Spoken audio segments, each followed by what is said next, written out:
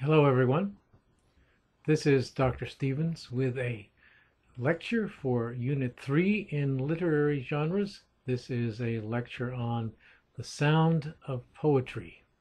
Now, sound is a complex aspect of lyric poetry, complex in the sense that there are many different aspects to sound, many different kinds of sound. I'm not going to try to cover them all in this lecture, but we will touch on some of the most important ones. The first, and probably the most important of all, is the connection between sound and music. Now, the genre that we're talking about here is called lyric poetry. Now, think of that word lyric. We talk about the lyrics in a song, right? Well, songs have lyrics, and those words, that is, the lyrics, are a kind of poetry.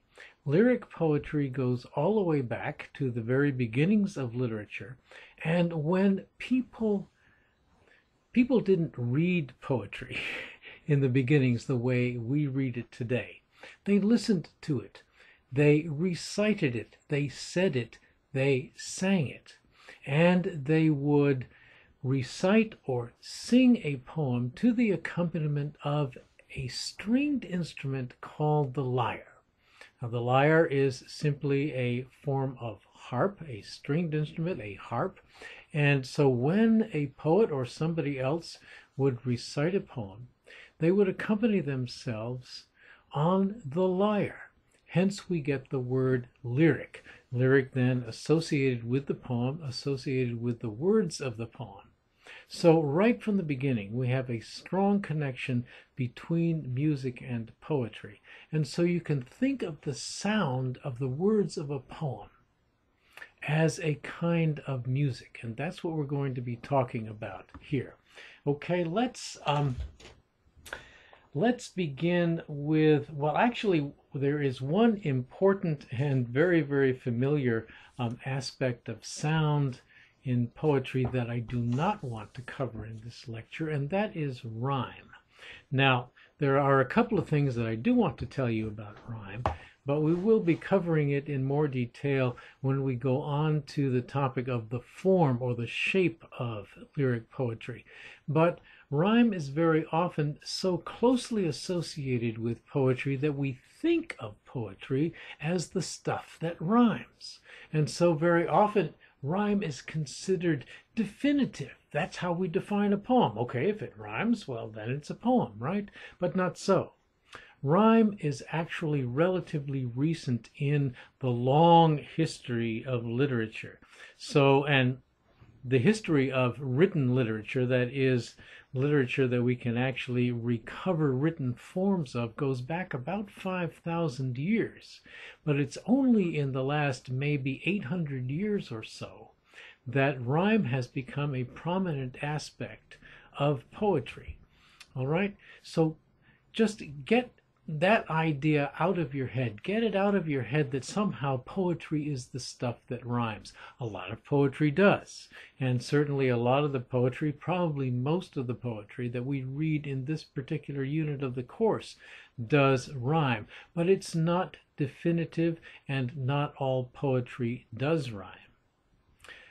As a matter of fact, most of the poetry that is being written in English today does not rhyme. Okay? Well, we'll talk about rhyme later. What we really want to focus on in this lecture is a concept called onomatopoeia. Okay? Big word. I'll spell it for you. All right? Ono, O-N-O, mato, M-A-T-O, poeia, P-O-E-I-A, onomatopoeia. Now you can look at that word in your textbook, Norton Introduction to Literature, in Chapter 11 on page 587. Now, since I mentioned the Norton Introduction, please take note of the fact that Chapter 11 is about the sound in poetry. And so I recommend that as a reference for you. If there's anything in this lecture that you need further study of, further explanation of, something that you didn't quite get when I was trying to explain it, then I refer you to that chapter in the book, okay? Norton Introduction to Literature, Chapter 11 on the Sound of Poetry.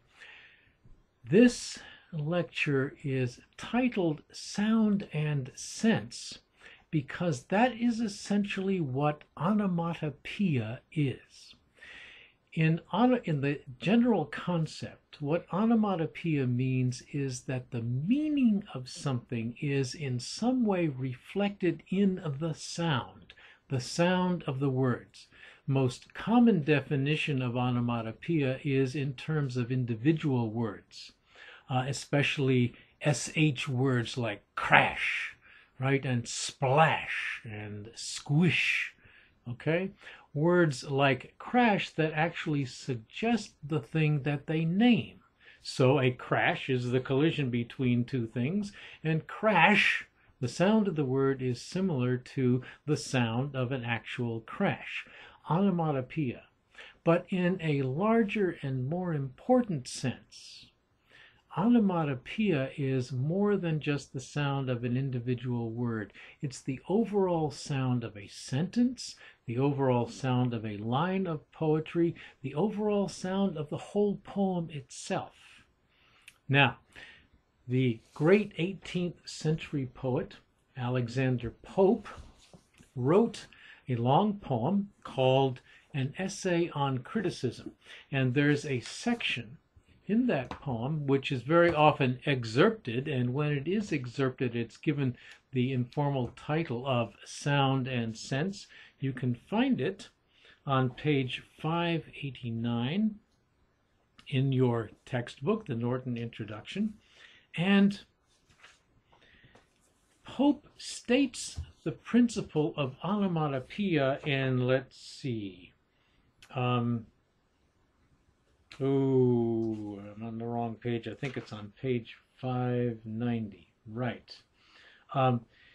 In what would be on page 590, lines 364 and 365. What Pope has been talking about in this poem up to this particular point is the phenomenon in poetry, especially poetry that was being written in his own day, that is late 17th century, early 18th century, the phenomenon of poets who would just try to make the sound of the poem simply beautiful, so that it just sounded lovely, without regard for the sense. And that's what Pope has been attacking. He's been attacking this idea that as long as it's pretty, that's all you need. And what he says then, in line 364 and 365, "'Tis not enough, no harshness gives offense. The sound must seem an echo of the sense. 'Tis not enough, no harshness," that is, no ugly sounds, okay, because what he's been saying is the poet's been trying to avoid the ugly sounds. Well, he's saying it's not enough that there not be any ugly sounds, harshness in the poem. He's saying the sound must seem an echo of the sense, onomatopoeia, all right? The sound reflects in some way the meaning or the sense of the poem. All right, so when we talk about sound, what particular aspects of words then, or of poems as a whole, are we talking about? I want to point out the three most obvious ones: the sounds of vowels, the sounds of consonants, right? The C in front of that word consonant, that K sound, that's a consonant, right? And as far as vowels are concerned, consonant, right? Okay, that O sound, consonant, is a vowel sound, and so on. I assume you're at least somewhat familiar with consonants and vowels. And the third sound that is extremely important to poetry, and the one that we're going to focus on here, is meter. So let's have a look at some of these things here, beginning with vowels and consonants. Just a brief look, and we're going to go back to Mr. Alexander Pope And we're going to look at a section following the lines that I just read to you. And so we'll continue here with line 366. This is where he's giving an example or several examples of what he is talking about, right? So sound must seem an echo of the sense. And let me give you some examples. Mr. Pope is saying soft, soft. Listen to that word soft. Doesn't it sound soft? The word itself is onomatopoeic, right? Soft is the strain when zephyr gently blows, the wind, all right? When the wind gently blows and the smooth stream in smoother numbers flows. What's he doing there? He's talking about the flowing of a smooth stream. Not rough water, okay? Not a white water stream that you might find in a canyon, okay? Or if you go whitewater rafting or something like that. He's talking about a smooth stream, and the line itself then echoes that. The smooth stream in the smoother numbers flows. Okay? Now, vowels and consonants. The most important vowels there in that line are the open ones, as in smooth, oh, right? Stream, e, okay? Smoother, numbers, num, okay? Open vowels. Those open vowels where you open your mouth and you open your throat to say oh and ah and ooh, okay? Those things, those open vowels have a smooth sound to them, don't they? Vowels, okay. Just an example of the importance of vowel sounds here. Consonants, same thing. The dominant consonant here is M, smooth, right? Sm, okay? What's the M sound? The M sound, is also a smooth sound, isn't it? So Pope is using vowels and consonants, okay? Using vowels and consonants to create the sound of the poem, to create a sound then that somehow echoes the meaning. The idea, okay, of a smooth stream, okay, well, he wants the sound then of that idea. He wants the sound of a smooth stream. There are other examples in this passage. All right, I invite you to go and look at them at your leisure. The particular passage I'm talking about, again, on page 590 in the Norton Introduction, and it would be lines 362 through 373. Okay, I invite you to look at that as an example of onomatopoeia, what Mr. Pope calls the sound echoing the sense of the poem. Now, let's go on to meter, okay? I think it's obvious by now that when you read a poem, in order to fully appreciate it, in order to fully grasp the meaning of the poem, you've got to listen. Extremely important that you listen. And I'm sure that because of all of the great emphasis I was putting on those vowels and consonants and so on, I'm sure that you could hear what I was talking about. Meter is extremely important. Meter is also something that is very, very difficult to hear unless you really listen for it. Now, let's talk about meter in terms of rhythm. Rhythm in music is something that I think we all understand fairly well, because you can hear the beat in a song, right? Take popular music, for example, whether it's rap, hip-hop, soul, rock and roll, rhythm and blues, blues itself, whatever it happens to be, you know that it's got a certain beat to the words, don't you? Okay? All right? And there is obviously a certain beat to the music that goes along with the words. The same thing happens in poetry.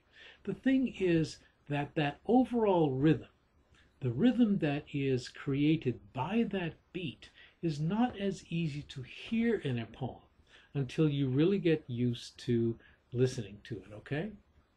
So, yeah. So, trying to get my hair here straightened out. Sorry about that, folks. Okay. Now, meter simply means to measure something, okay? You take the meter reader, comes to your house, reads your electricity meter. What is he doing? He is measuring the amount of electricity that you've used, isn't he? Okay? That's what he's doing. So meter simply means measure. In poetry, then, what are we measuring?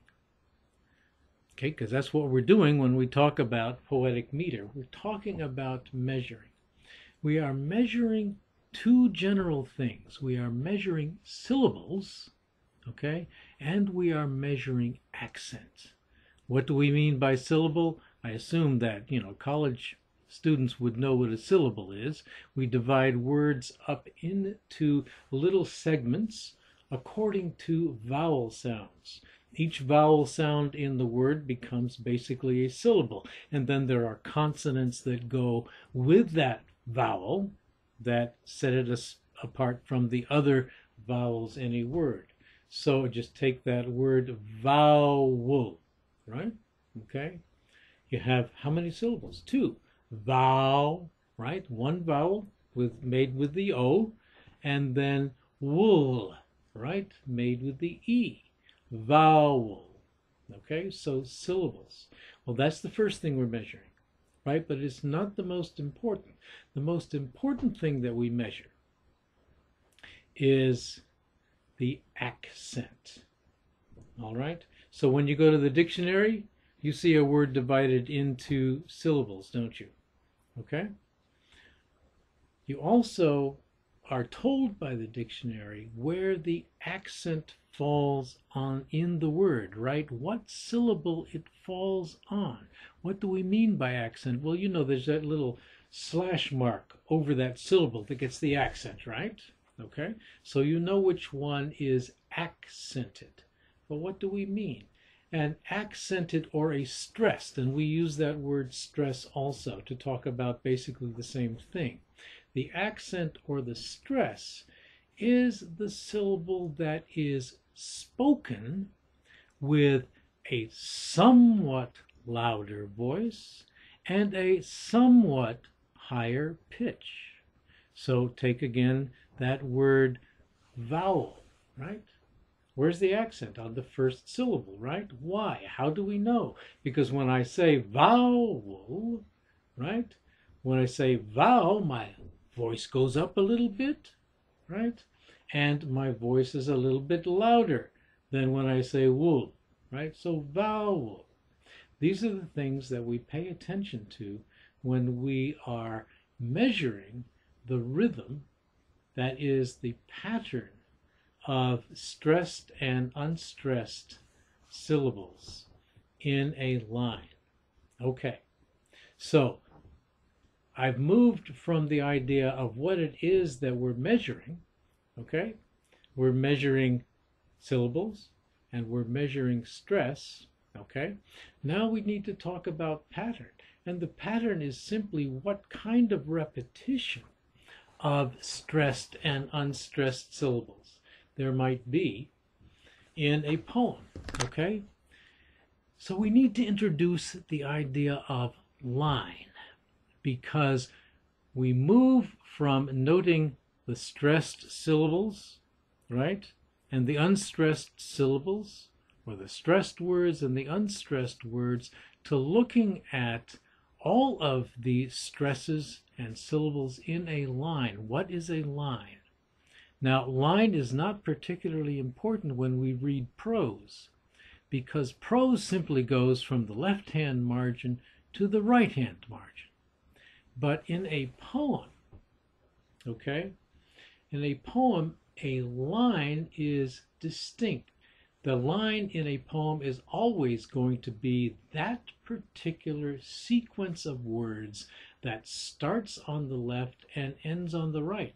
It might not end on the right-hand margin. It might not start at the left-hand margin. It all depends. But it's always going to be a particular horizontal, right, line. It's going to be a particular horizontal sequence of words. The sound must seem an echo of the sense. The line begins with the, continues with sound, ends with the word sense. So when we look at the meter of a poem, we are looking at the sequence of stressed and unstressed syllables in that line. Okay? So how do you know where the stresses are? Two general principles. First of all, in a word of more than one syllable, okay, the stress is simply going to be on the accented syllable. When you are dealing with a sequence of words that are just one syllable, the stress is going to generally go on the more important words, okay? It's going to go on the noun rather than the article in front of the noun. So I've got two words right there, don't I? The and noun. Well, two syllables, each word being one syllable. So it's quite natural for me to say the noun, right? You hear that? Okay, the accent is on the word noun. I wouldn't normally say the noun, right? I wouldn't accent the. So that's your second principle, that the stress or the accent is usually going to go on the more important of two words in a sequence. All right? So again, getting back to Mr. Pope's line, the sound, right? Okay, two one-syllable words. First word is unstressed. Sound is going to get a somewhat louder voice and a somewhat higher pitch, right? And the next two words, must seem, all right? Seem is a verb, okay? It's more important than must. It's going to get more stress. So you've got four one-syllable words in a row there, okay?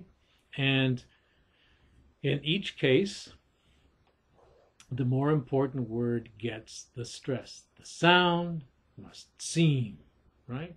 Okay. So far, so good. Now, we get to the question of what we call these units of sound. Okay?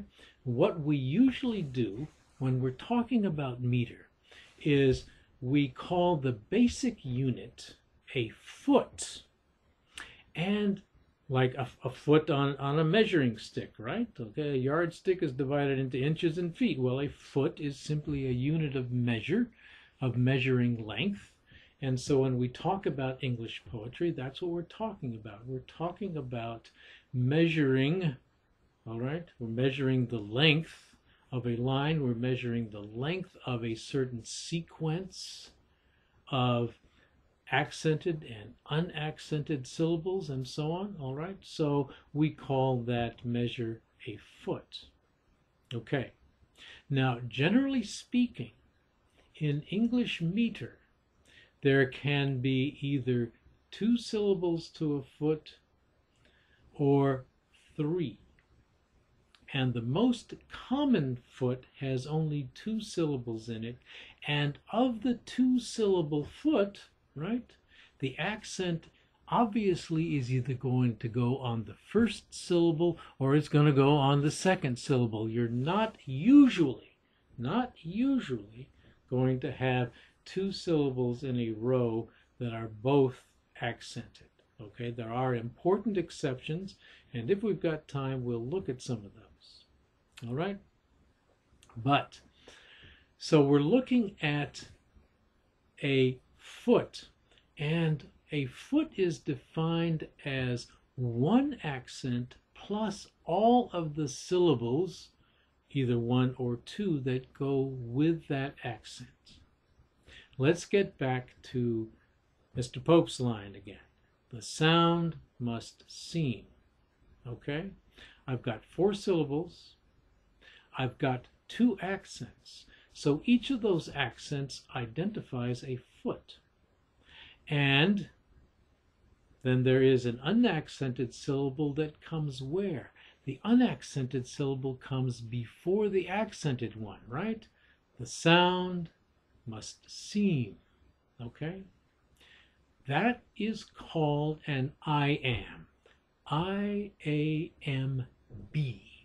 It is the most common and the most important metrical foot in English poetry. All of Shakespeare's great speeches in his plays are written in I-ams, all right? An unstressed syllable followed by a stressed syllable. Okay, so we've looked at an example in Mr. Pope, and we're going to look at an example now in another poem that's assigned for Unit 3, and that is the sonnet by John Milton, When I Consider How My Light Is Spent, sometimes referred to as On His Blindness. And I'll just read the first, 4 lines of this poem. What page is this on, by the way? Milton. Let me look that up for you. Okay, so you won't have to do it. Let's see. When I Consider How My Light Is Spent is on page 650 in the Norton Introduction to Literature. Okay, if you want to look that up, give you a second here. You can put me on pause, go get your book, and go to page 650, and then you can read along with me. When I Consider How My Light Is Spent. Well, good. You're back. Let's look then at not just the use of the I-am, but the whole line. How long is the line? Not just how long is the individual foot, right? We're using the foot to measure the length of the line.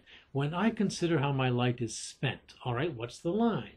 The line begins with the word when, ends with the word spent.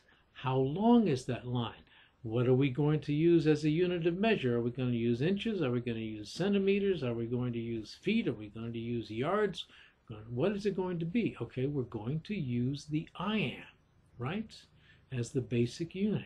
So the question then is, if we're asking how long is the line, the question is how many I-ams? When I consider how my light is spent, ere half my days in this dark world and wide, and that one talent which 'tis death to hide, lodged with me useless, though my soul more bent, etc., etc. It's a long sentence. Okay, it doesn't end until the end of, it ends in the 8th line here. Okay, a long sentence. But we're not concerned with the sentence itself. We're concerned with the length of the line. So, take those first 2 syllables, when I, okay? Emphasis goes on I, so already we know we're dealing with I-ams, right? Next word, consider, okay, 3 syllables there, but we're concerned with the first 2, because remember, the foot is defined by the accent. Where is the accent? Okay, 1 accent per foot. So consid, okay? All right, next 2 syllables, the ER on consider, and then the word how. When I consid 2, right? 2 I-ams. How, 3 I-ams, how. The next 2 syllables, my and light, my light, 4 I-ams, and then the last 2 syllables is spent. When I consider how my light is spent. 10 syllables, 5 accented syllables, right? 5 iambs, okay? So a 10-syllable line of 5 iambs is called iambic pentameter. All right, there's that word meter again. And pent, all right, pent means 5, as in a pentagon or a pentagram, right? Pentagon, 5-sided figure. Pentameter line, 5 feet in the line. If it's iambic, if the feet are iambs, then the pentameter line is iambic. So we call it iambic pentameter. Milton's sonnet is written in iambic pentameter. Pope's poem, the one that we were looking at, is also written in iambic pentameter. They are different in form in other ways, important ways, different in the use of rhyme, for example. But the meter is the same. It's basically iambic pentameter. Let's conclude by looking at some variations. Okay? Take the Robert Frost poem that we've looked at in other exercises here in this unit, Stopping by Woods on a Snowy Evening, right? Whose woods, listen for the accents, right? Whose woods these are, I think, I know. His house is in the village, though. He will not see me stopping here to watch his woods fill up with snow. Whose woods, all right, 2 syllables, whose and woods, accent on the second syllable. Second 2 syllables, these are, all right, these are, accent on the word are. I think, accent on the word think. I know, accent on the word know, right? You've got 8 one-syllable words in that line, 8, not 10, okay? And you've got 4 accented words, okay? And the accent falls on the second syllable in the sequence, so you've got iambs, but you've got 4 of them instead of 5. And that's called iambic tetrameter, tetra meaning 4, okay?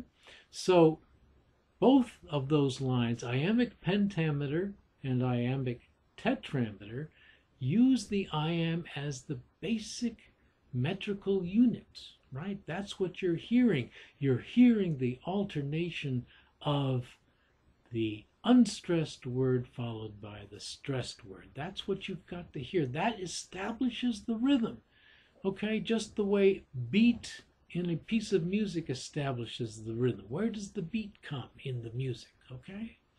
So in the iamb, the beat comes on the second syllable, and that establishes the basic pattern, okay? I'm going to conclude with an example of a poem that is also iambic, but it varies the line, okay? We've seen 2 lines, or we've seen two kinds of line. We've seen the 5-foot line, the pentameter line, and we've seen the 4-foot line, which is the tetrameter line, right? Now we're going to look at Mr. John Donne's The Sun Rising. I think I wrote the page number down here for you. Yes, page 472 in the Norton introduction. All right. Now, so you've had a chance then to go look that up, page 472, The Sun Rising by John Donne. What we're looking at here is a poem that, like the other ones we've looked at, is written in iambic meter, okay? It's still iambic, but the line length varies. So how does it go? Busy old fool, unruly sun, why dost thou thus through windows and through curtains call on us? Must to thy motions lovers' seasons run? Saucy pedantic wretch, go chide late schoolboys and sour prentices, go tell court huntsmen that the king will ride. Okay?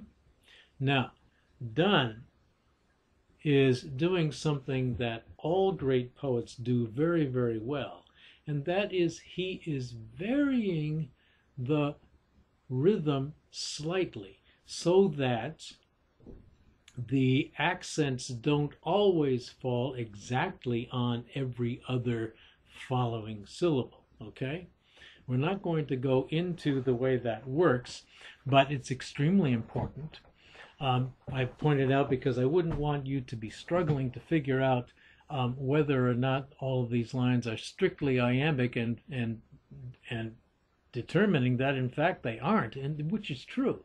They are not all strictly iambic. All of the lines in Milton's sonnet are not strictly iambic, and then the ones in Pope's poem are not strictly iambic. It's the basic underlying rhythm. Okay? So, for example, busy old fool, unruly son. Well, that line actually begins with a stressed syllable, doesn't it? Busy. Okay, so there are variations, all right? Take note of that. But the main point that I'm making here is that these lines, the basic underlying meter is iambic, and they vary in length. So busy old fool, unruly son, 4 feet, 8 syllables. Why dost thou thus? All right, do you hear? You've got to hear the difference in length there. Busy old fool, unruly son, line 1. Why dost thou thus? Line 2, shorter, right? It's half as long. And then a much longer line, all right? We got a 4-syllable line there, followed by a 10-syllable line. Through windows and through curtains call on us. Must to thy motions lovers' seasons run. He's putting 2 iambic pentameter lines right together there after a beginning with iambic tetrameter followed by what's called iambic dimeter, a dimeter line di for 2, all right? Okay, so we've got iambic tetrameter, iambic dimeter, and then we've got an iambic pentameter line followed by another one. All right, so we can either keep all the lines the same metrical length, or we can vary the meter. Okay, now that's all I'm going to cover in this lecture as far as the sound of poetry is concerned. I hope that if you have questions about it, you will bring these questions up in discussion, and also that you will refer to that chapter then in the Norton Introduction to Literature. So thank you for listening, folks, and I will look forward to reading what you have to say in discussion.